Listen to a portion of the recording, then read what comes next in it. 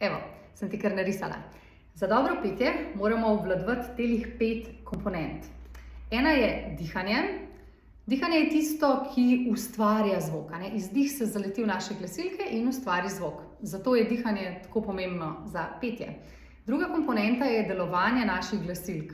Naučiti se moramo, kako sprostimo mišice okoli glasilk, da ne stiskamo, ampak da znamo zelo dobro aktivirati tudi notranje mišice glasilk in glasilki, obe dve gubi, lepo približevati preko celega razpona.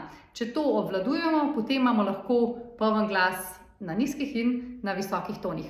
Tretja komponenta je izgovorjava. Naučiti se moramo, kako kontroliramo svojo čeljust, jezik in ustnice. S tem namreč ustvarjamo različne oblike naše trobente in se naučimo, kako svoj glas okrepiti v najbolj močen glas, ki ga lahko skreiramo brez naprezanja. Tako da, če obvladuješ izgovorjavo, potem obvladuješ tudi barvo svojega glasu in moč.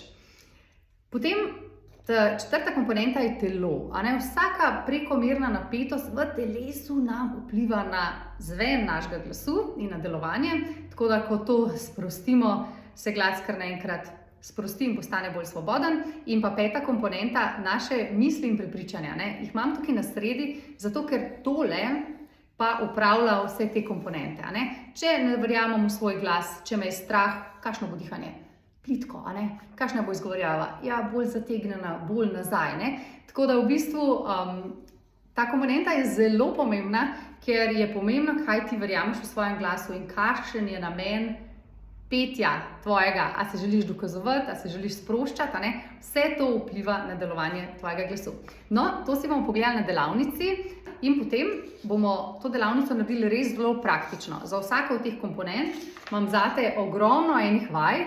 In potem, ko boš po delavnici doma vadila ali pa vadil, boš lahko tako poslušaš svoj glas, si rečeš, ok, kaj je danes, danes sem telesno napeta, pogledaš, katere vaje lahko narediš in narediš tiste vaje. Ali pa si rečeš, danes mi glasilke ne delajo najbolj, moj glas je preveč zračen ali pa preveč zategnen, pa boš imela spet nabor vaj, s katerimi lahko svoj glas postaviš v ravnotežje. Tako da, jaz se že zelo veselim, da res na naš glas pogledamo celostno in da vam predam vso to znanje.